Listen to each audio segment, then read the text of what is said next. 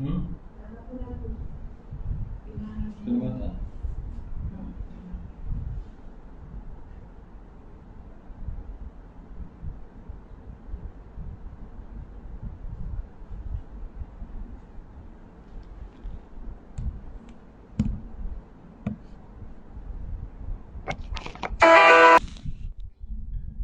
Subhanallah, subhanallah wa bihamdih, subhanallahil azim.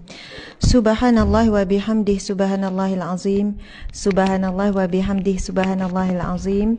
Subhanallah wa bihamdih, subhanallahil azim. Terima kasih Cik Suami. Bismillahirrahmanirrahim. Allahumma salli.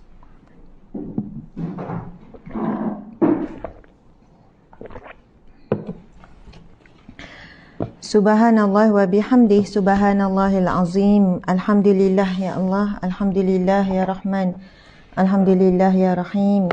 Masya Allah, itulah dua zikir yang dicintai oleh Allah.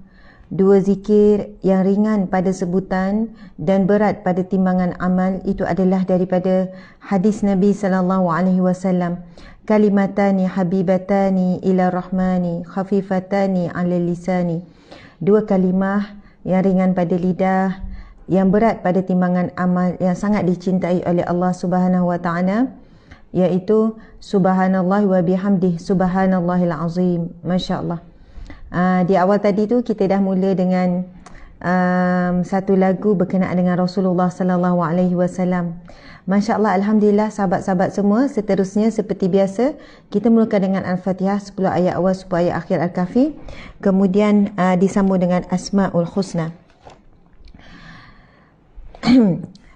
A'udzubillahi minasyaitonir rajim. Bismillahirrahmanirrahim.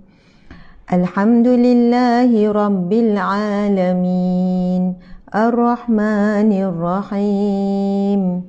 Maliki yaumiddin. Iyyaka na'budu wa iyyaka nasta'in. Ihdinas siratal mustaqim. Siratal ladzina an'amta 'alaihim ghairil maghdubi 'alaihim waladdallin. Amin. Bismillahirrahmanirrahim. Alhamdulillahillazi anzala ala 'abdihil kitaba wa lam yaj'al lahu 'iwaja qayyiman liyunzira ba'san shadidan min ladunhu wa yubashshiral mu'minin الذين يعملون الصالحات أن لهم أجرا حسنا ماكثين فيه أبدا وينذر الذين قالوا اتخذ الله ولدا ما لهم به من علم ولا لآبائهم كبرت كلمة تخرج من أفواههم إن يقولون إلا كذبا فلعلك باخع نفسك على آثارهم إن لم يؤمنوا بهذا الحديث أسفا إنا جعلنا ما على الأرض زينة لها لنبلوهم أيهم أحسن عملا وإنا لجاعلون ما عليها صعيدا جرزا أم حسبت أن أصحاب الكهف والرقيم كانوا من آياتنا عجبا إذ أوى الفتية إلى الكهف فقالوا ربنا آتنا من لدنك رحمة وهيئ لنا من أمرنا رشدا.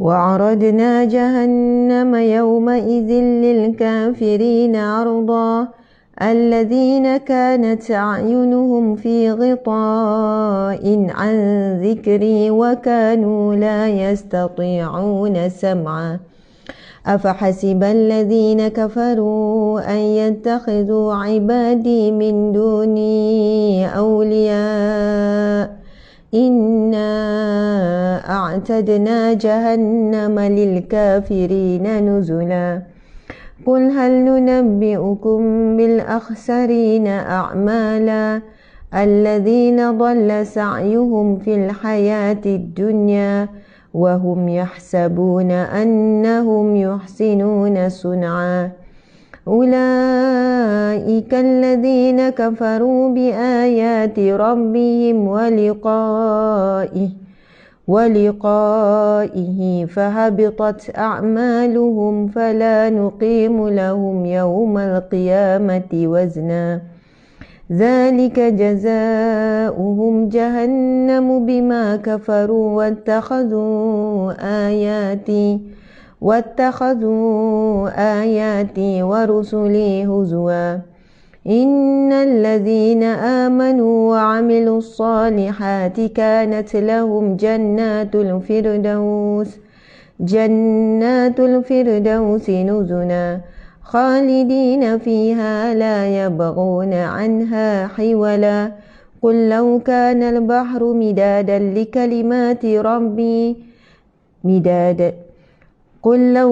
البحر مدادا لكلمات ربي لنفد البحر قبل أن تنفد كلمات ربي ولو جئنا بمثله مددا قل إنما أنا بشر مثلكم يوحى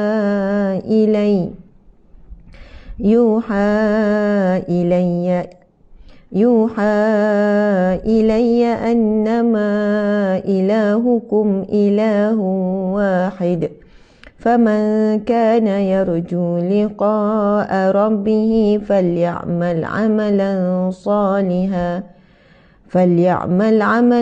صالحا ولا يشرك بعبادة ربه أحدا صدق الله العظيم. InsyaAllah sama-sama kita membacakan Asma'ul Husna. Nas'aluka ya man huwallahu alladhi la ilaha illa huwa ar-rahmanur rahim al-malikul quddusus salamul mu'minul muhaiminul azizul jabbar المتكبر الخالق البارئ المصور الغفار القهار الوهاب الرزاق الفتاه العليم القابض الباسط الخافض الرافع المعز المذل السميع البصير الحكام العدل اللطيف الخبير الحليم العظيم الغفور الشكور العلي الكبير الحفيظ المقيت الحسيب الجليل الكريم الرقيب المجيب الواسع الحكيم الودود المجيد الباعث الشهيد الحق الوكيل القوي المتين الولي الحميد المحصي المبدئ المعيد المحيي المميت الحي القيوم الواجد الماجد الواحد الأحد الصمد القادر المقتدر المقدم المؤخر الأول الآخر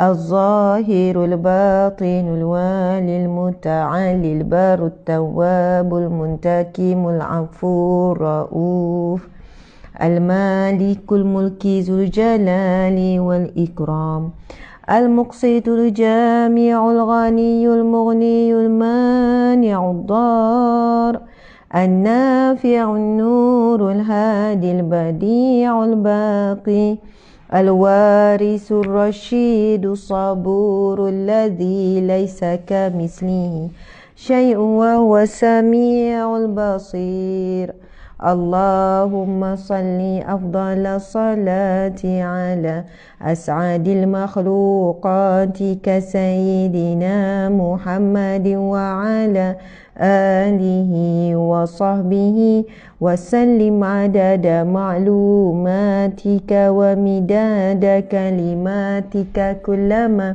zakaraka zakiruna wa ghafala an zikrikal ghafilun.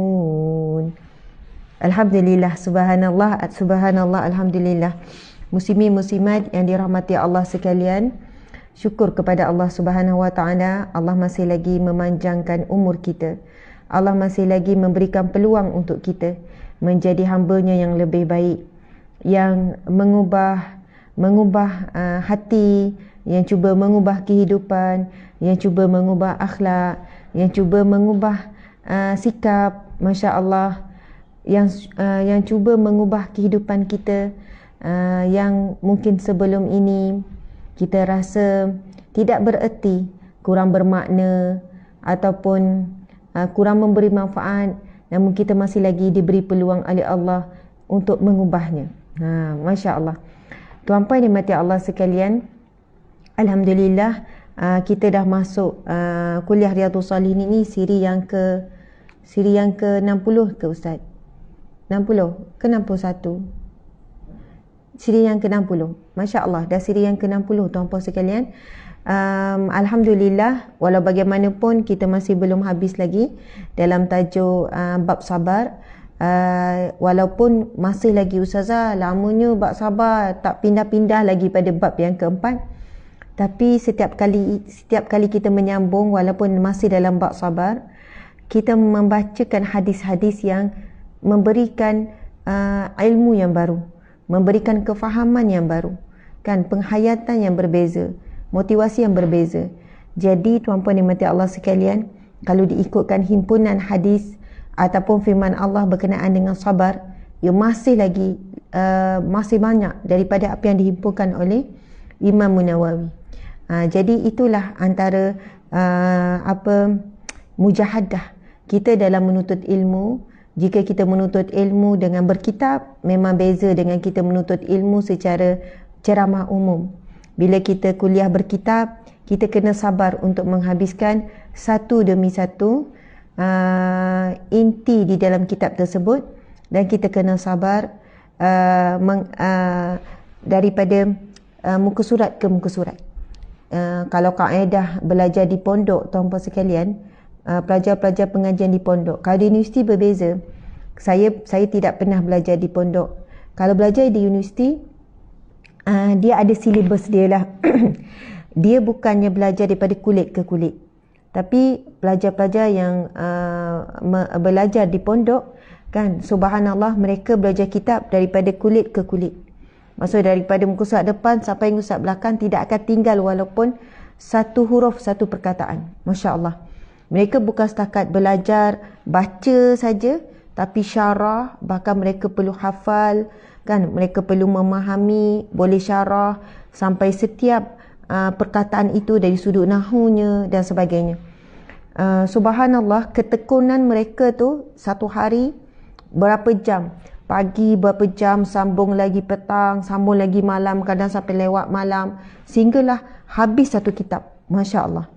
Jadi tuan-puan sekalian, diharapkan saya pun boleh istiqamah, sahabat-sahabat pun boleh istiqamah mengikuti pengajian kitab Riyadhus Shalihin ini. InsyaAllah, kalau kita tengok perjuangan tu masih panjang ni. Nampak tak ni yang kita baca? Ini ada lagi ni.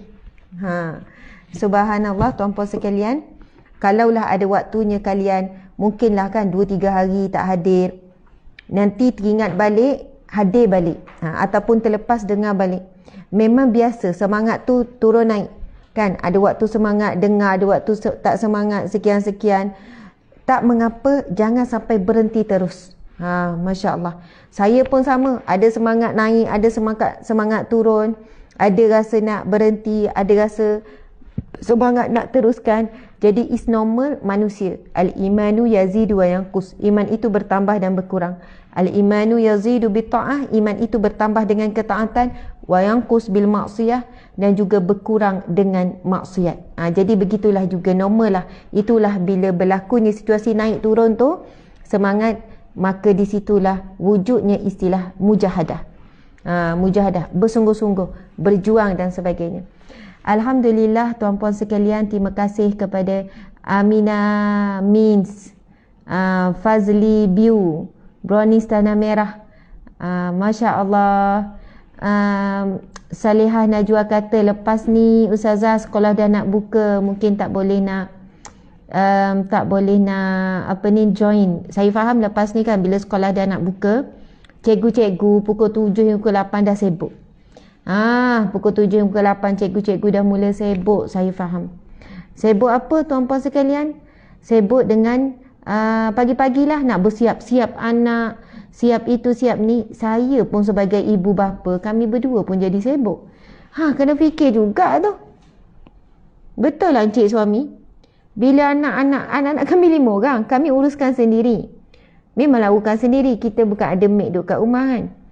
Uruskan bersiap baju sekolah apa semua. Lepas tu uruskan mereka hantar sekolah pula. Sebab 3 orang sekolah berbeza. Ada sana, ada sini, ada. Kami bagi 2 orang lah. Bagi berdua lah kan, pergi hantar anak sekolah. Sungguhlah tuan-puan sekalian. Berapa bulan? Masya Allah. Tak apalah tu, kena fikir balik. Mungkin lepas ni kena ubah waktu. Kemungkinan besar kita kena ubah waktu. Mungkin kena ubah waktu malam kot. Harap-harap kuatlah waktu malam. Pukul 9 hingga pukul 10. Ataupun 9 hingga 9.30. Buat setengah jam saja kan. Percaya tak sebenarnya? Jadi mula berfikir juga ni. Betul lah bila sebut tu. Ada yang tanya, Assalamualaikum Ustazah, kalau dah berfudah boleh ke pakai untuk ke sekolah? Kalau sekolah benarkan memang tak ada masalah. Tapi kalau sekolah kerajaan, bagi saya kalau sekolah biasa tak membenarkan. Sahabat-sahabat, adik-adik, anak-anak, sejam lah Ustazah. Dia kata, betul, busy dah parents. Ya, saya pun parent juga. Setuju, malam Ustazah. Okey, nanti kita bincang balik. Okey, sahabat-sahabat dimati Allah sekalian. Ada yang tanya pasal fudah, saya jawab sikit pasal fudah ya. Sebab kata Ustazah, mungkin ada yang remaja kita dah pakai fudah, macam mana sekolah kan? Kalau sekolah dia masuk sekolah tahfiz semua, memang pakaiannya pakai niqab. Saya pernah pakai niqab, pernah pakai fudah, pakai niqab masa belajar di Mesir. Dia ada sebab faktor-faktor pakai masa tu kan. Lepas tu bila balik Malaysia, buka balik. Maksud saya, satu perkara yang kita harus faham, bukannya bila kita pakai niqab, kita tak boleh buka langsung. Bukan jadi satu dosa bila kita buka.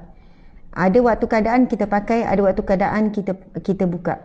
Sekarang kan lebih kurang macam kita pakai mask kan, pakai mask. Mask tu macam konsep dia dah sama macam konsep. Bukan saya kata nilai mesti bezalah kan nilai, tapi konsepnya tu sama, iaitu tutup bahagian muka bawah tinggal mata saja. Kan pakai mask sekarang pun macam tu, lagi kalau yang pakai cover lagi apa. Jadi ada waktunya buka, ada waktunya ni, dan kita tak nampak sangat rupa orang tu yang sebenar. Kalau ikut mak saya dulu, keluarganya apa semua pakai niqab juga. Lepas tu sebagai guru di sekolah tak dibenarkan untuk mengajar apa semua, maka buka. Jadi tak ada masalah, keluar daripada sekolah pakai balik. Dia bukan jadi wajib. Kalau ikutkan sahabat-sahabat dimati Allah sekalian, wajah bukan aurat. Wajah bukan aurat. Wajah itu jelas. Dari sudut aurat, tidak aurat. Muka, 2 tapak tangan tidak aurat. Tapak depan, tapak belakang tidak aurat. Wajah bukan aurat. Itu adalah jumhur ulama.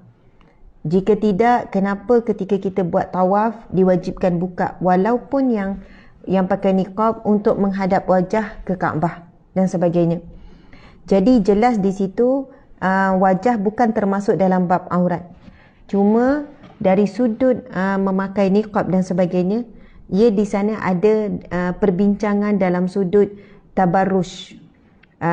Sekiranya wajah seorang wanita itu boleh mendatangkan fitnah dan sebagainya.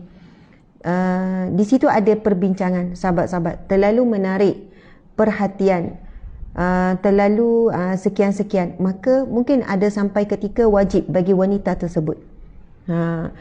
Ada peringkat sunat, ada peringkat harus sahaja. Jadi walau bagaimanapun ustazah, bila ditanya mana yang lebih baik ustazah, mana yang lebih baik, ia tergantung kepada situasi, kepada setiap orang lah, bergantung. Masya Allah, tuan-puan dimati Allah sekalian, kita bukannya simply boleh sebut sudah tentulah wanita yang berfudah itu lebih baik daripada wanita yang tidak berfudah. Soalnya meletakkan level wanita yang tidak berfudah itu kurang baik, kurang akhlak, ataupun kurang dari sudut agamanya. Tuan-puan dimati Allah sekalian, kita sebenarnya melakukan yang basic, kita buat yang basic, kita buat dan kita mujahadah, kita jaga hati kita. Kerana tuan-puan dimati Allah sekalian, kita boleh lihat, ini bukan ini dari sudut yang lainnya. Kita boleh lihat di setengah negara, contohnya negara Arab, niqab dan fudah ini adalah satu pakaian biasa. Dalam situasi tertentu, pakaian yang begitu, mereka tidak menjadikan pakaian itu sebagai satu penjagaan akhlak. Macam itulah. Sebab saya pengalaman belajar di negara Arab kan, kita pernah pergi negara Arab, pergi Mekah dan sebagainya. Sebab itu tuan-puan dimati Allah sekalian, bagi saya lah, wanita yang sedang menjaga dirinya, sama ada memakai pakaian menutup aurat, seperti saya, bukan saya kata saya sempurna, tak. Lepas tu wanita yang memakai pakaian lagi sempurna yang kita lihat, sampai memakai niqab, fudah, tutup dan sebagainya. Kita ada perjuangan masing-masing, kita ada sebab masing-masing kan. Walaupun ada orang kata, ustazah kenapa ustazah pakai niqab, mazhab Syafi'i kan kata niqab itu sekian-sekian. Sebahagian pendapat dalam mazhab Syafi'i mengatakan ia wajib. Bukan sebab aurat, disebabkan wajah itu adalah satu daya tarikan bagi wanita. Maka dikatakan di situ adanya tabaruj iaitu daya tarikan. Maka atas dasar tersebut, maka niqab itu bagi pendapat tertentu mengatakan wajib, ada pendapat tertentu mengatakan ia harus. Jadi sebab itu kita kena berlapang dada, bukan kita pegang satu pendapat untuk membenarkan perbuatan kita. Dan kita tuan-puan sekalian, semua ada perjuangan masing-masing. Wanita-wanita yang memakai fudah, memakai niqab juga berjuang tuan-puan sekalian, untuk memastikan akhlaknya seiring, untuk memastikan jiwanya tu seiring dengan pemakaian, untuk memastikan hatinya juga baik sebagaimana pakaian yang zahirnya baik. Dan bagi saya tidak adil jika kita nak mengukur dan kita nak menuduh, pakai niqab pun perangai bla bla bla bla. Aku ada kawan pakai niqab tapi mulut dia sekian-sekian. Tidak adil tuan-puan sekalian. Kenapa pakaian nak dihukum? Soalannya dia buat perbandingan, lebih baik orang tu walaupun tu mulut dia tak hawau, contoh kan, mulut dia tak ni, walaupun pakaian dia pakai gini-gini. Perkara begini tuan-puan sekalian, pakaian is pakaian, akhlak is akhlak. Ada orang dia settle dulu bab pakaian tapi berakhlak belum settle. Ada orang akhlak dia dah baik tapi pakaian dia belum baik. Jadi kalau kita tanya mana yang lebih baik antara dua ni, mana lebih baik? Jawapannya adalah kita kena seiring baik. Tetapi jangan kita mengukur dan menilai seseorang dan menghukum seseorang itu apabila dia telah melakukan kebaikan dari satu sudut, tetapi kita menghukum soalannya kebaikannya tu tak berguna. Itu tidak adil. Buat apa pakai macam tu, tapi mulut. Kenapa kita nak menghukum kebaikannya dengan keburukan yang dilakukan? Itu perjuangan dia. Kita doakan semoga satu hari dia berubah. Tuan-puan sekalian, bagi saya lah, mereka yang telah menutup aurat dengan baik, maksudnya dia telah melaksanakan perintah Allah yang secara terangan. Dalam waktu yang sama dia perlu perbaiki akhlaknya yang masih buruk. Saya juga pun begitu. Saya pun ada akhlak yang buruk yang perlu lagi diperbaiki. Kita semua ada akhlak yang buruk yang perlu diperbaiki. Saat kita komplain akhlak orang lain, saat kita komen keburukan sikap orang lain, tolong jangan rasa kita lebih baik daripada orang lain. Tolong jangan rasa bahawasanya keburukan yang kita lihat kepada orang lain sampai kita tidak melihat keburukan pada diri sendiri. Kita kritik orang lain, kita komen orang lain, kita tidak tahu apa yang dia sedang lalui, sehingga kita lupa bahawasanya kita sendiri pernah melalui proses. Kita sendiri tidak sempurna. Kita sendiri ada kekurangan dan kesilapan. Subhanallah. Muslimin muslimat dimati Allah sekalian. Jadi saya minta maaf tadi sebab ada orang yang tanya berkenaan niqab, berkenaan fudah. Jadi saya jawab secara umum. Seorang wanita yang solehah pada ukurannya adalah lagi tinggi sifat malu dia, semakin solehah dia. Tuan-puan sekalian, malu ada dua. Malu kepada Allah, malu kepada manusia. Masya Allah. Umumnya dua lah. Malu kepada Allah dan kepada makhluk-makhluk gaib. Malu kepada manusia. Sifat malu ini adalah mahkota bagi seorang wanita. Sekiranya anda berniqab, anda pakai fudah, anda pakai tudung labuh, anda pakai jubah, anda tutup aurat dengan sempurna, tetapi anda buat TikTok, berjoget-joget, anda buat video yang menjatuhkan maruah, subhanallah tuan-puan sekalian, itu bukan ciri-ciri wanita yang salihah. Masya Allah. Sejauh mana pakaian itu menjadi pakaian takwa yang menyebabkan malu dengan pakaian tersebut. Tuan-puan sekalian, jika kita pakai seluar, contoh, time pakai seluar, time pakai t-shirt pendek, time pakai tudung pendek, perasan atau tidak, kita punya tingkah laku juga akan mengikuti pakaian yang kita pakai itu. Tetapi waktu tertentu yang kita pakai baju yang longgar, pakai tudung yang labuh, kita pakai stokin, automatik ia mempengaruhi juga jiwa kita ketika itu. Kita malu nak melakukan sesuatu yang boleh menjatuhkan aib kita, yang seolahnya pakaian tu menghalang kita. Sebab itu Allah SWT berfirman, sebaik-baik pakaian adalah pakaian takwa, yang mana pakaian kamu boleh menjaga diri kamu. Pakaian kamu membuatkan kamu rasa malu, rasa segan, rasa tak sesuai. Takkan nak terkinjal-kinjal pula pakai tudung labuh. Takkan nak terkinjal-kinjal pula pakai ni. Sahabat-sahabat, atas dasar apa pun wahai muslimat sekalian, atas dasar apa pun, atas dasar pergi hiking ke, pergi cycling ke, atas dasar berenang ke, atas dasar bersenam ke, atas dasar jogging ke, wanita solehah sentiasa menjaga sifat malu. Dengan ada sifat malu yang tinggi, dan al-haya'u minal iman, itu hadis Nabi. Sifat malu itu sebahagian daripada iman. Nabi sebut, fa'illam tastahi fasna' ma syi'ta. Jika dah tak ada rasa malu, buat apa saja.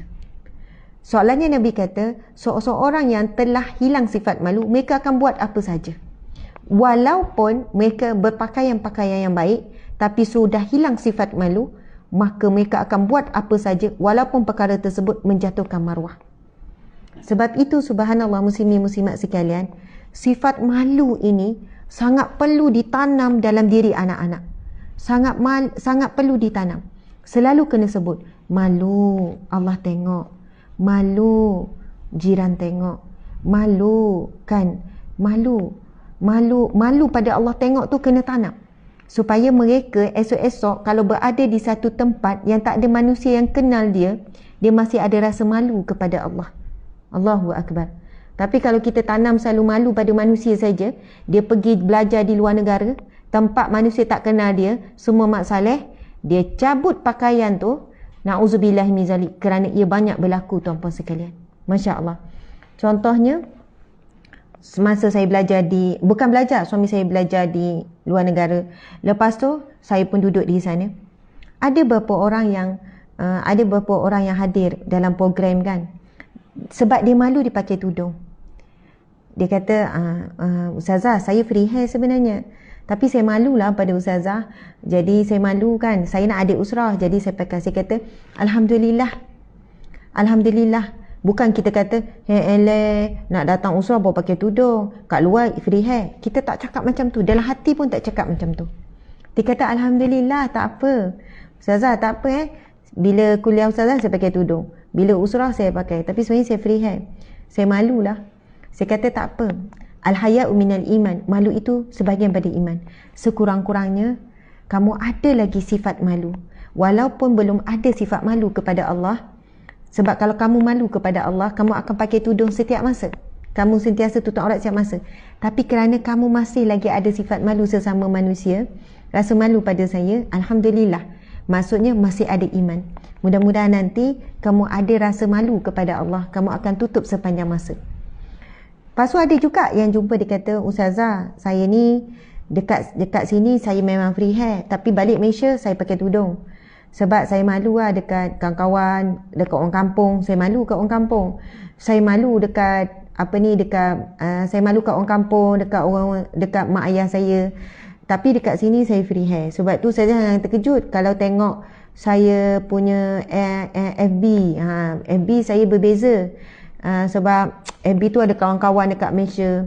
Saya tanya kenapa buka tudung dekat sini. Dia pun kata ini diri saya sebenarnya. Dia kata saya sebenarnya tak suka pakai tudung. Mak ayah paksa pakai tudung. Mak ayah paksa saya pakai tudung. Jadi saya sebenarnya tak suka. Jadi bila saya duduk sini saya boleh jadi diri saya. Saya boleh jadi diri saya. Saya buka, inilah diri saya sebenarnya.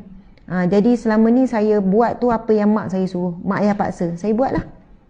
Memang kita akan terasa sedih dengan kata-kata begitu. Orang muda kan. Kita rasa ya Allah, terasa tu. Kita tahu apa yang dia cakap tu tak betul. Apa yang dia faham, apa yang dia pegang tu. Tuan-puan sekalian, maksud jaga diri kita, jadi diri kita yang sebenar adalah jadi hamba Allah. Erti jadi diri yang sebenar, kalau kita kata saya this is me, kan? Ini diri saya, diri yang sebenar. Tuan-puan sekalian, Allah paling tahu hakikat diri kita. Allah ciptakan diri kita. Hakikat diri kita yang sebenar apabila kita jadi hamba Allah, itulah diri kita yang sebenar. Masya Allah. Selagi mana kita ada prinsip inilah diri aku tak dipaksa, kan? Jangan nak paksa aku, ini diri aku sebenar, jiwa aku sebenarnya gini-gini. Itu bukan jiwa kita yang sebenar. Itu adalah hawa nafsu. Itu adalah bisikan syaitan yang rebel kepada Allah, yang memberontak kepada Allah. Subhanallah. Yang memberontak dengan perintah Allah. Dia belum jumpa dirinya yang sebenar dan jiwanya tak tenang. Walaupun dia rasa dia bahagia. Subhanallah, walaupun dia rasa dia bahagia. Kan, dia rasa dia seronok, dia gembira dengan dirinya. Tetapi sebenarnya dia tidak ada ketenangan yang hakiki. Bila kita jadi diri kita yang sebenar adalah saat kita jadi hamba Allah. Kita akui Allah itu Tuhan. Kita akui segala perintahnya. Kita tunduk kepada perintahnya. Kita tahu Allah adalah yang maha berkuasa. Allah lah yang memiliki kita. Dan kita tahu bahawasanya akhirat itu benar, syurga itu benar. Kita tahu neraka itu benar. Saat kita jadi hamba Allah, itulah diri kita yang sebenar. Saat kita boleh bercakap depan Allah Subhanahu Wa Taala, ya Allah, aku hamba-Mu. Aku akan mentaati segala perintah-Mu. Aku tidak lagi menentang perintah-Mu, ya Allah. Masa itulah ketenangan yang datang. Tadi saya ada tengok, Ustazah, doakanlah saya berubah drastik. Saya sebenarnya macam ni. Ada orang yang berubah drastik. Bila dia hijrah, dia terus pakai niqab, dia terus ni, alhamdulillah, subhanallah. Tapi tolong jangan cakap tuan-puan sekalian, wanita yang belum pakai niqab belum hijrah. Sebab ada yang jumpa saya, Ustazah, saya doakan Ustazah satu hari Ustazah akan berhijrah. InsyaAllah, terima kasih. Lepas tu dia kata, maksud saya lah suatu hari Ustazah pakai niqab. Saya pun kata, jangan meletakkan soalannya wanita yang tidak pakai niqab belum sempurna menutup aurat. Sebab wajah bukan aurat. Itu jumhur ulama, wajah bukan aurat. Tetapi ia, apabila seorang wanita dah pakai niqab, dah pakai furdah, subhanallah, dari sudut zahirnya dia semakin baik, dia lebih baik, Masya Allah. Namun ada sebab-sebab tertentu, kan, kenapa tidak memilih pakai niqab, pakai furdah dan sebagainya. Kesimpulannya ialah, tuan-puan sekalian, janganlah kita mengukur dan menilai seseorang itu. Walaupun kita kata, okay, Ustazah ni macam bertentangan, jangan mengukur menilai seseorang itu dari sudut pakaian. Masya Allah. Dari sudut apa? Kita kata pakaian-pakaian yang baik, yang dah sedia baik. Orang ni dah tutup aurat dengan baik dah ni. Pakai tudung bawal contohnya, pakai baju kurung, dia dah pakai stoking. Kita kata, lebih baik kamu pakai jubah, lebih baik kamu pakai gelap, lebih baik kamu pakai tudung bulat. Sebenarnya, kamu pakailah macam mana pun, asalkan menutup aurat dengan sempurna. Pakai labuh, tutup dada kiri dan kanan, pakai longgar, pakai stokin, pakai sarung tangan. Kalau kamu pakai baju lengan tak nampak, tak ada masalah dah. Masya Allah. Kita ni tuan-puan sekalian, cakap dalam bab apa? Bab sabar. Sabar apa? Sabar dalam mentaati perintah Allah.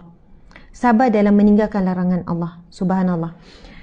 Ada wanita-wanita tertentu, subhanallah, dia kata, Ustazah, alhamdulillah, bila saya pakai niqab, akhlak saya semakin baik. Alhamdulillah. saya rasa lagi malu nak buat sesuatu perkara yang mungkar. Saya lagi menjaga diri saya. Alhamdulillah. Jadi di sini tuan-puan sekalian, ukurannya bukan ukuran. Perkara yang sangat penting adalah kita ada sifat malu. Dengan sifat malu, kita akan menutup aurat kita. Sebab aurat itu aib. Dengan sifat malu, pakaian yang kita pakai akan menghalang kita daripada perbuatan-perbuatan yang boleh menjatuhkan maruah kita sebagai wanita. Masya Allah. Muslimin-muslimat sekalian, ada yang tanya, Ustazah, berubah kena drastik ke perlahan? Saya jawab begini, terpulang pada masing-masing. Ada yang berubah terus drastik. Dia terus drastik. Alhamdulillah, tak ada masalah. Jangan kita kata, janganlah mengejut sangat berubah. Nanti kan akan berubah balik. Tak semestinya. Saya jumpa ramai yang berubah drastik, dia istiqamah. Ada pula yang kata, Ustazah, saya berubah pelan-pelan. Saya kata boleh, perlahan-lahan. Memang boleh. Tapi jangan perlahan sangat. Takut tak sempat berubah, tak sempat sempurna, meninggal dunia. Jadi jangan perlahan sangat. Jangan ambil masa yang lama sangat. Kan dia kata perlahan-lahan, tukar-tukar, step by step. Kalau boleh, bagi saya lah, kalau hijrah, kalau nak berubah, boleh perlahan-lahan, tetapi terus ambil yang sempurna. Maksud sempurna, basic tutup aurat tu dah sempurna terus. Nak hijrah betul-betul. Nak hijrah, nak tutup aurat betul-betul. Kalau kita kata time kita masak betul-betul nak bagi sedap. Time kita kerja betul-betul bagi berjaya. Kalau bisnes betul-betul bagi untung. Kalau kita nak berjalan betul-betul bagi seronok. Kalau time nak tidur betul-betul bagi lena.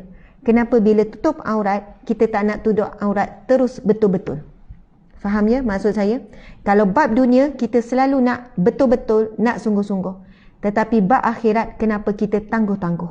Subhanallah. Ramai mana orang betul-betul ni bila bisnes gini-gini pastikan berjaya. Sanggup begini-begini, tak tidur malam, usaha gini-gini. Sebab apa? Kita nampak hasilnya.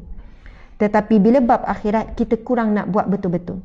Sebab itu subhanallah, ada orang yang saya jumpa, dia kata, Ustazah, bila saya niat nak hijrah, saya nak tutup aurat, saya buat betul-betul, bukan separuh-separuh.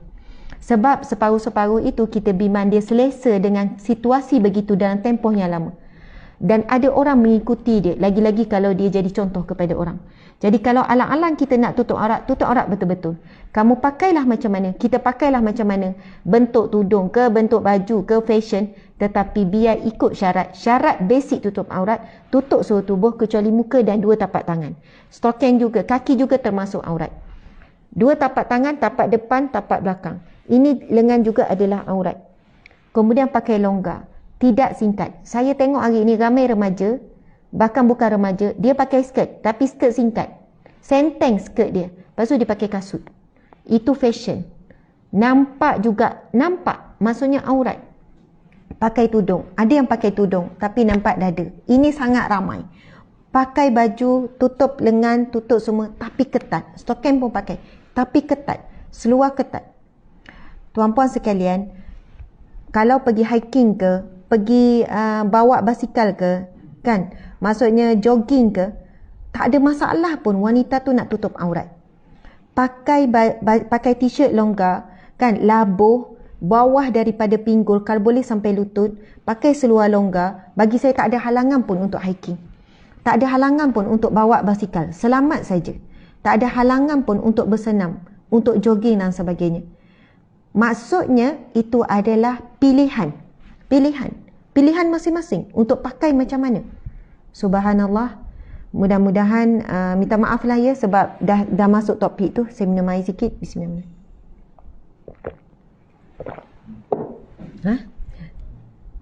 Sebab saya rasa walaupun saya tak baca topik ni, tapi ramai yang hadir, lebih kurang dalam 7,000 4,000 campur 2,000 jadi 6,000.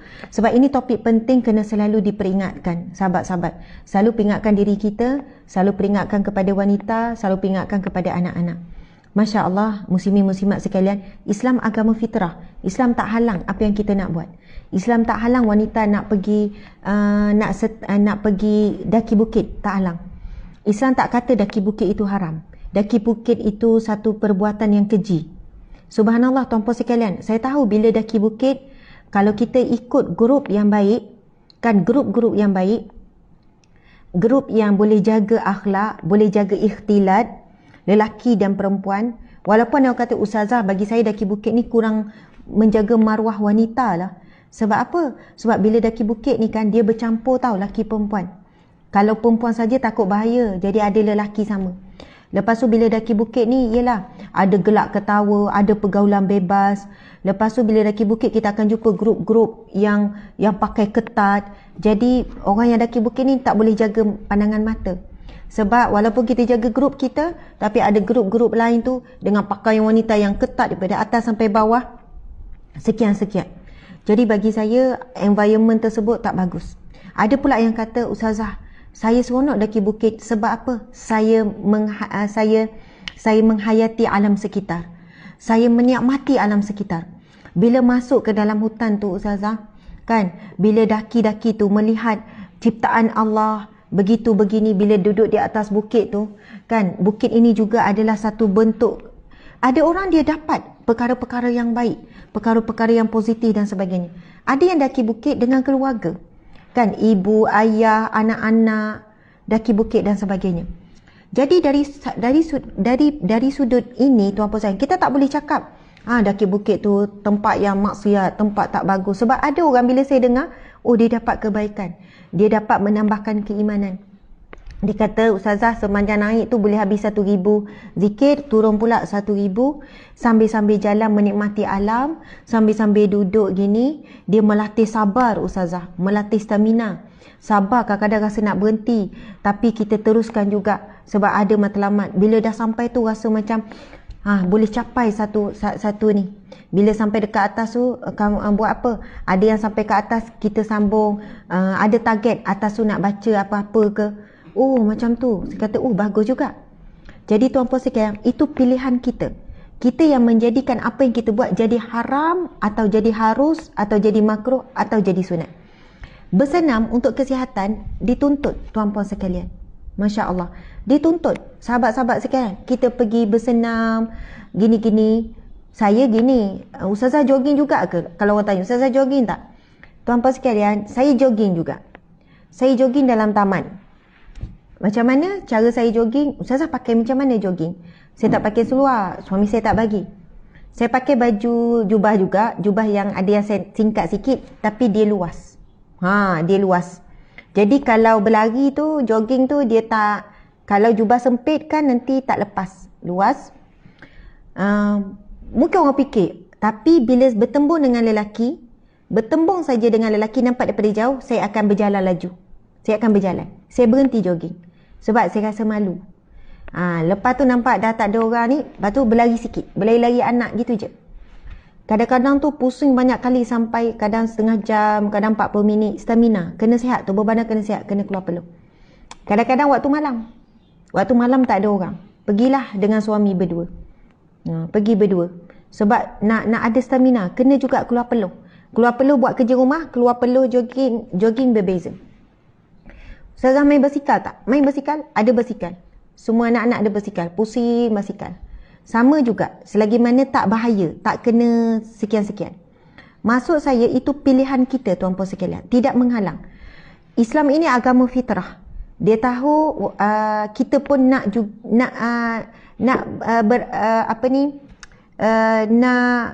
bersosial. Kita perlu bersosial. Kita perlu juga ada aktiviti. Bukan menyekat. Bukan rasa Islam ni kongkong lah. Itu tak boleh. Ini tak boleh. Kan? Padahal benda ni tak. Sebenarnya atas kita. Saya pernah tengok orang Arab perempuan. Dia pakai jubah. Pakai tudung labuh. Jubah pakai tudung bulat labuh. Tahu tak? Dia buat apa? Ni. Kita sebut apa ni? Encik. Bertumbuk. Boxing. Tapi dia boxing tu. Dia yang dipakai ni Ustaz. Pakai ni. Bukan glove. Yang besar tu. Tangan besar tu. Boxing. Tapi dia boxing dengan suami dia. Masya Allah. Tuan-puan pernah tengok tak video tu? Cuba cari kat YouTube. Yang saya rasa macam impress tu, dia pakai jubah, lepas tu dia pakai tudung labuh, lepas tu dia boxing tu, Dengan bukan sekadar tumbuk-tumbuk biasa. Dengan dia pandai ngelak gitu, kaki gini. Saya kata, wow. Pakai jubah pakai gini tapi tak menghalang dia. Dia belajar seni mempertahankan diri. Dia bukan setakat boxing tumbuk-tumbuk gitu, pertahankan diri. Yang suami dia tu pun memang bukannya takut-takut nak tumbuk, tak. Buat tumbuk dia boleh elak gitu, gini, tumbuk-tumbuk kuat. Saya kata, "Uish, hebat." Maksudnya, mereka tak jadikan pakaian tersebut menghalang untuk belajar seni pertahankan diri. Untuk belajar itu, untuk belajar ni dan sebagainya. Untuk belajar berenang sama-sama perempuan saja. Sahabat-sahabat, bila di khalayak ramai, ibu-ibu kan pergi mandi kolam, kan ujung minggu pergi hotel, mandi kolam ramai-ramai. Tolonglah ibu-ibu, saya kadang malu sangat. Saya bawa juga sekali-sekala anak-anak pergi hotel, bukan pergi hotel, untuk apa? Budak-budak nak main kolam kan, rumah kita tak ada kolam mandi. Nak mandi kolam apa? Saya jaga budak-budak. Tetapi kita ada sifat malu untuk masuk ke dalam air. Kalau pakaian kita tak melekat, okey, terjaga, is okey. Tetapi tolong jujur dengan diri kita. Kalau pakaian kita melekat, bila kita bangun melekat tubuh badan kita, ada orang lelaki tengok. Lepas tu bila air kan melekat, kalau ada sifat malu, memang kita tak turun. Kita turun jugalah, turun separuh ke kan, jaga yang kecil dan sebagainya. Tapi kalaulah betul ada pakaian mandi wanita tak melekat apa semua, maka dibolehkan. Nak kata dibolehkan tu pun berat sebenarnya, tuan-puan sekalian. Lebih baik kalau tempat yang tertutup, wanita nak berenanglah macam mana. Kan sebab berenang tu sendiri ada pergerakan, dia ada semua jadi melekat, kuat dan sebagainya. Jadi kalau wanita yang ada sifat malu yang tinggi, dia tak turunlah. Dia turun pun sekadar nak jaga anak kecil. Itu bezalah. Jaga anak kecil. Dan mungkin ada situasinya ayahlah yang jaga. Tapi biasanya anak kecil ni ibu-ibu yang jaga, dan jadi sama-sama ibu-ibu. Macam tu atau sama juga mandi pantai, sama juga mandi sungai. Ya Allah, tuan-puan sekalian, macam mana wanita-wanita muslimah kita kan, kalau ramai-ramai berhimpit dan sebagainya, kita boleh tengok walaupun pakai seluar longgar, walaupun pakai t-shirt, tapi bila keluar daripada air, dia melekat. Jadi kita sendiri pun rasa malu kan, dengan keadaan melekat tu. Soalnya kita kata, alah, nama pun mandi, nak macam mana, tak boleh elak melekat. Yang kita boleh elak adalah tak mandi di khalayak ramai. Tu tuan-puan sekalian, boleh elak benda tu. Jadi kalau tak boleh elak melekat tu, elaklah situasi tersebut. Janganlah disebabkan kita salahkan. Alah, nama pun jogging, alah, nama pun hiking, alah, nama pun ni, jangan tertutup sangat. Kita kata, tuan-tuan dan mati Allah sekalian, itulah bila kita sebut pasal sabar. Sabarkan ada 3. Sabar mentaati perintah Allah, sabar meninggalkan larangan Allah, sabar terhadap ujian Allah. Maka tuan-puan sekalian, kalau kita baca kisah wanita al-mar'atu sauda, wanita yang berkulit hitam tu, berkulit gelap tu, sahabat-sahabat tuan-puan sekalian, antara asbab dia dijamin syurga. Bahkan Anas bin Malik sebut, maukah kamu aku ceritakan seorang wanita syurga yang mana satu hari dia jumpa Rasulullah, dia sakit. Kemudian dia kata, ya Rasulullah, tolong doakan aku sembuh. Kemudian Rasulullah kata, jika kamu sabar maka syurga bagimu. Maksudnya, kalau kamu terus sabar dengan sakit, syurga bagimu ini. Lalu wanita ni kata, ya Rasulullah, sebenarnya aku bimbang. Apabila aku sakit, auratku terbuka. Dia sakit sawan. Lalu Rasulullah mendoakan supaya time dia sakit, auratnya tetap terjaga. Wanita yang dijamin syurga ini, yang jumpa Rasulullah ni, Anas bin Malik sebut ia wanita syurga ni, adalah wanita yang sangat menjaga auratnya. Sabar dia menjaga aurat. Bahkan masa dia tidak sedar, ketika dia sakit sawan ni, dia time tu dia hilang akal, tak sedar. Maksud bukan gila, hilang akal sekejap. Jadi tuan-puan dimati Allah sekalian, Rasulullah dia bimbang auratnya terbuka dalam keadaan dia tak sedar. Sekarang ni tuan-puan sekalian, pergi hiking ke, pergi cycling ke, pergi pergi manda ke, semua tu sedar ya, dalam keadaan sedar. Maka kita akan dipertanggungjawabkan. Subhanallah, Allahu Akbar. Maka tuan-puan sekalian, sebab itu kita berbalik sifat malu. Sifat malu itu menyebabkan kita jaga diri kita. Sifat malu tu menyebabkan kita ini mengawasi diri kita.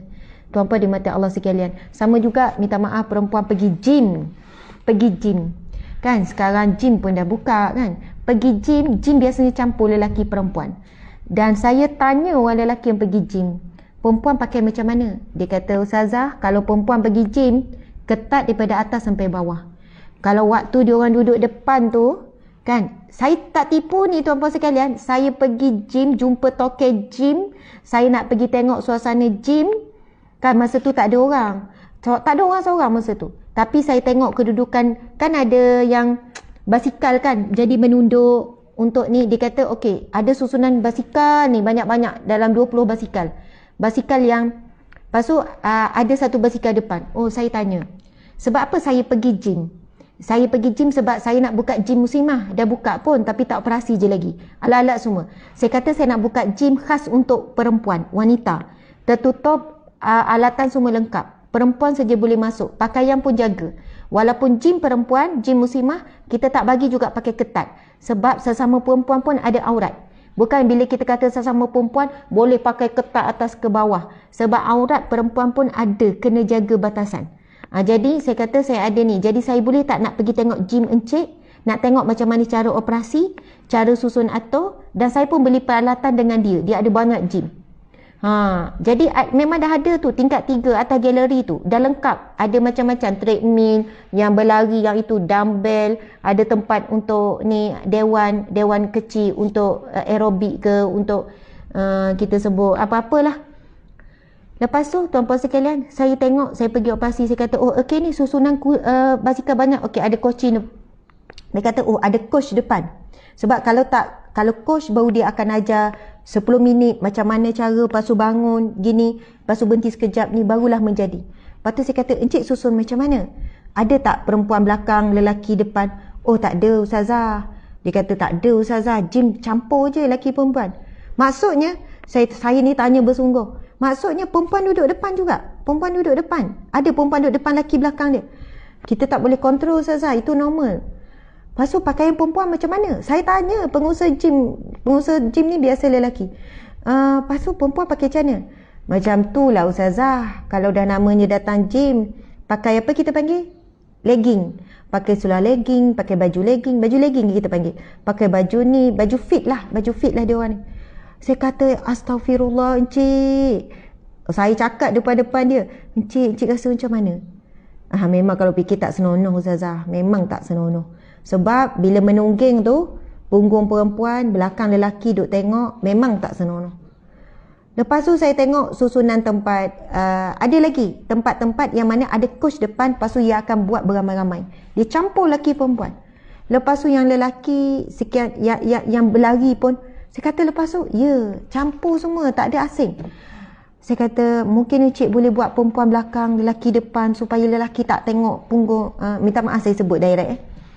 Saya rasa macam, lepas tu kalau masuk sana tu, dia campur juga lelaki perempuan, bila buat stretching apa, campur, semua campur. Saya kata mudah-mudahan satu hari encik pun boleh buat asing ya. Sebab encik dah ada gym banyak, lepas tu encik ni encik boleh asing. Boleh buat khas gym muslimat, gym lelaki. Biar sebab coaching di kalangan perempuan pun ada, coach-coach perempuan ni. Saya dah cari, saya dah jumpa. Ada yang perempuan boleh guide perempuan gini-gini. Dia kata, itulah Ustazah, insyaAllah. Dia gelak-gelak macam tu je lah kan. Sebab itu tuan-puan sayang, kalau anak-anak lelaki kita kata nak pergi gym apa, suami kita pergi gym, bukan saya suruh syak wasangka ni, pesan pada suami masing-masing. Bang, awak pergi gym tu, awak jagalah ya pandangan mata. Kalau suami kata, awak jangan bimbang, saya tak campur. Kalau mana tempat campur ada perempuan, saya tak pergi. Saya dengan kawan saya 2-3 orang je. Tuan-puan sekalian tahu tak, kes saya banyak. Saya rasa ramai yang tahu. Sebab gym, aktiviti di gym ramai berlakunya bermula pada aktiviti di gym berkesudahan dengan zina. Banyak, bukan sedikit. Kerana perjumpaan di gym, lelaki, isteri orang, suami orang, yang muda ke, yang tak kahwin ke, bercerai-berai sebuah keluarga. Berlakunya skandal, curang dan sebagainya. Jumpa wanita-wanita yang seksi, yang mendedahkan aurat dan sebagainya. Bermula daripada terjumpa, lama-lama bertukar nombor telefon, kemudian janji malam ni jom gym, atas dasar nasihat dan sebagainya. Kalau nak ikutkan tuan-puan sekalian, jelas wanita berpakaian ketat haram. Sebab itu saya sebutkan begini secara umum. Jogging tu tak haram. Yang menyebabkan jogging tu haram bila wanita ataupun lelaki berpakaian ketat sehingga menampakkan aurat, yang perbuatan dia tu jadi haram. Jogging tak bersalah, tapi kerana pakaian tu menjadikan haram apa yang dibuat. Itu jelas. Tak adalah kita kata ada ustazah ada pertimbangan tak sebab gini-gini. Orang lelaki, anda pakai ketat, pakai seluar ketat sampai nampaklah perkara yang aib tu, nampak dari sudut perkara yang aib. Nak sebut pun aib tuan-puan sekalian. Nampak bentuk pinggul ke, bentuk depan ke, bentuk peha ke, dari sudut aurat berdosa. Lelaki pun aurat, kena jaga. Pakaian ketat ni bukan untuk perempuan saja, untuk lelaki juga. Sampai menampakkan perkara yang sepatutnya ditutup. Sebab kita tengok hari ni ramai juga lelaki. Saya tengok, elok je ramai je yang naik basikal canggih-canggih pakai seluar longgar. Saya tak faham kenapa kena pakai seluar ketat. Ada beza ke kalau pakai seluar ketat lelaki dengan pakai seluar longgar? Wallahualam, ada beza dari segi kelajuan ke? Ataupun encik ada beza ke? Encik kan bawa basikal sebagai lelaki kan, encik suami. Ada beza ke kena pakai seluar ketat dengan pakai seluar longgar bila bawa basikal? Dia lagi laju lah kalau pakai seluar ketat. Encik suami jawab, entahlah, tak pernah pakai. Subhanallah, untuk riadah, untuk apa, tak perlulah sampai kita melakukan dosa besar. Itu dosa besar. Wanita dari sudut ketat ni samalah. Bukan kata wanita lagi dahsyat, lelaki kurang. Sebahagian besar ulama mengatakan haram juga bagi lelaki berpakaian ketat sehingga menampakkan aurat yang paling besar tu, yang paling utama tu, kemaluan tu dan sebagainya. Sehingga menampakkan kedua, tuan-puan sekalian, sehingga menaikkan syahwat. Jangan fikir orang perempuan saja menaikkan syahwat. Tapi hari ini lelaki berpakaian ketat, tunjuk sadar-sadar dan sebagainya, tunjuk bentuk gini-gini, juga menaikkan syahwat lelaki yang melihat. Lelaki tengok pun, lelaki naik syahwat juga, tengok lelaki. Sebab itu, gay dan sebagainya, kan hubungan sejenis semakin meningkat. Sebab ramainya lelaki yang mendedahkan auratnya, sehingga kan ramai lelaki, anak muda tertarik sesama lelaki. Boleh tengok dalam grup-grup sebegini semakin subur di kalangan masyarakat, di kalangan umat Islam, Melayu Islam kita pun subur. Grup lelaki-lelaki saja yang share gambar-gambar seksi lelaki saja. Saya sendiri terima banyak aduan, isi-isi terkejut. Ustazah, saya terkejut. Memang grup tu grup lelaki saja. Bahkan saya sebelum ni tak pernah syak. Suami saya kata, memang lelaki saja, tak percaya tengok. Lepas tu saya memang tengok semua lelaki. Tapi satu hari saya terkejut. Dalam grup itu dikongsikan gambar-gambar yang seksi lelaki. Gambar-gambar yang seksi lelaki, yang pakai ketat-ketat, badan gini-gini, sekian-sekian. Tuan-puan sekalian, dia kata dalam itu lelaki cakap lucah, kan, melepaskan air mani. Sebab apa? Tengok gambar lelaki. Dan saya dah rasa bimbang. Suami saya sebenarnya normal. Saya bimbang dah jadi bisexual. Maksudnya dua-dua. Lelaki pun terangsang, perempuan pun terangsang. Na'udzubillah. Minta maaf hari ni saya jadi tersebut perkara ni. Sebab perkara ni semakin parah, tuan-puan sayang. Semakin parah. Sebab apa? Bagi lelaki, peringkat awal, dia rasa apa? Alah, sama-sama lelaki. Bukan tengok perempuan. Kalau tengok perempuan rasa teruk sangat. Kan? Memula rasa macam tu. Kita bukan share. Jangan nak share gambar perempuan. Haram ya. Gambar perempuan seksi apa, tak dibenarkan. Tetapi mereka mula dengan rasa, tengok gambar lelaki, itu tak berat. Lepas tu mula kepada lebih dahsyat. Aku tengok badan dia ni gini. Sampai tahap ramai yang asalnya normal, asalnya baik, berubah menjadi bisexual, mula ada pasangan lelaki. Tuan-puan dan mati Allah sekalian, bukan satu dua kes. Saya ada banyak kes penceraian kerana suami bisexual. Asalnya normal. Tetapi kerana ada grup-grup, masuk grup-grup lelaki, alah sembang-sembang gini je, dia ajak-ajak. Lama-lama terpengaruh. Ada satu kes yang sangat sedih. Sangat sedih. Kisah benar. Yang langsung kepada saya. Langsung kepada saya ya. Bukan melalui orang tengah cerita ke, langsung kepada saya. Subhanallah, saya tak nak cerita isteri ni kerja apa, tapi seorang yang profesional. Dia mengandung anak yang keempat, tak silap saya. Anak keempat. Kemudian, dia mengandung anak keempat. Saya tak ingat macam mana, tapi suami dia mula menjauhkan diri daripada dia. Suami dia adalah seorang lelaki yang baik, soft spoken, suami yang menantu disayangi keluarga, seorang suami yang bertanggungjawab. Tapi ujian mereka duduk asing. Bukan lama, baru saja duduk berasingan sekejap. Subhanallah. Jadi lepas tu dia sedang mengandung anak keempat. Tapi dia pelik, kenapa suami dia dah lama tak sentuh dia, tak buat hubungan suami isteri. Satu hari suami dia berterus terang bahawanya dia HIV positif. HIV positif. Subhanallah, Allahu Akbar. Na'udzubillah min zalik.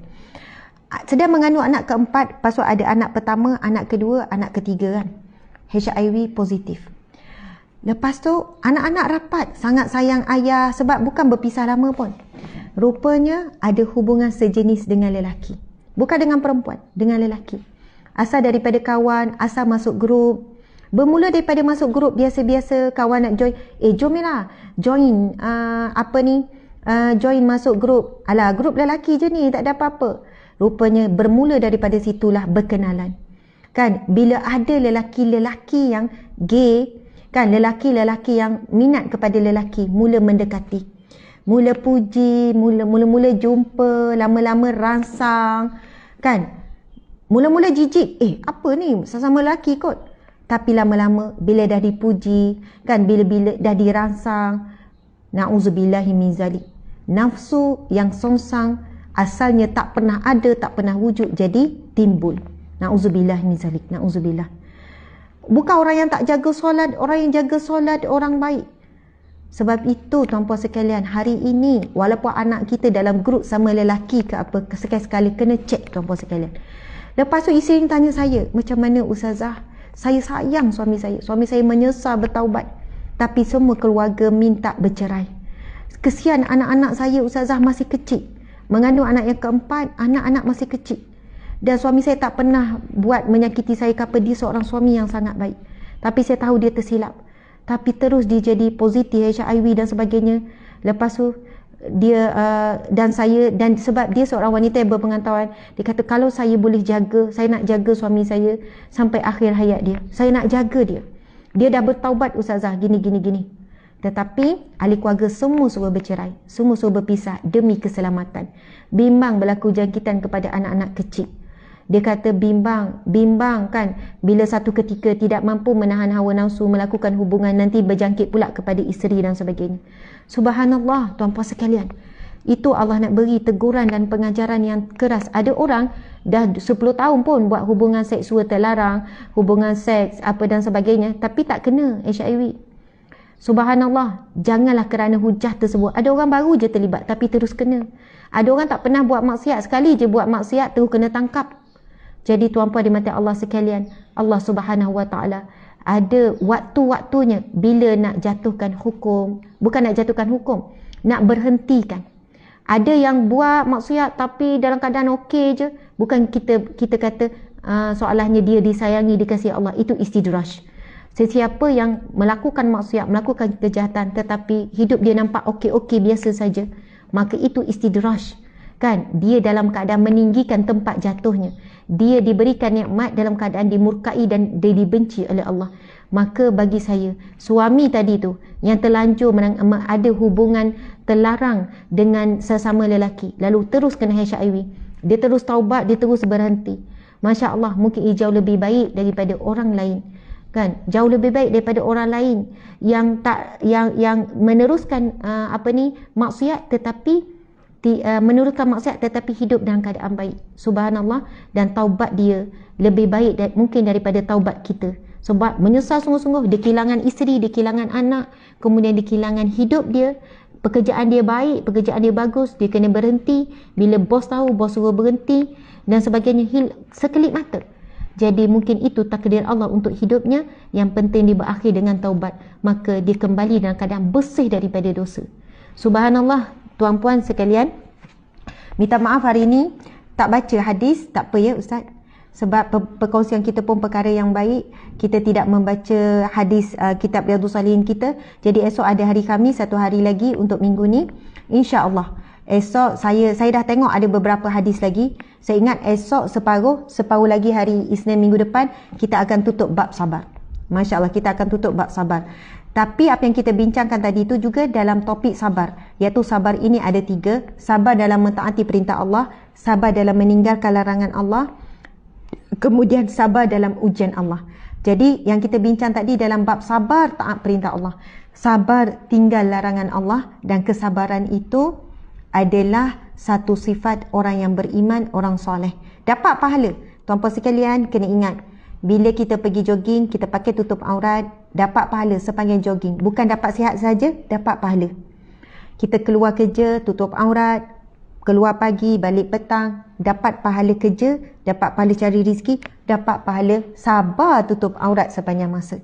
Lelaki ke, perempuan ke, sama sahaja, sama-sama kena jaga aurat. Terima kasih banyak-banyak. Mohon maaf salah dan silap. Mudah-mudahan kita menjadi hamba Allah yang saleh, hamba Allah yang baik. Wabila taufiq hidayah. Assalamualaikum warahmatullahi wabarakatuh. Kita tangguhkan dengan tasbih kafarah dan surah Wal-Asr. Bismillahirrahmanirrahim. Subhanakallahumma wa bihamdika asyhadu an la ilaha illa anta astaghfiruka wa atubu ilaik. Bismillahirrahmanirrahim.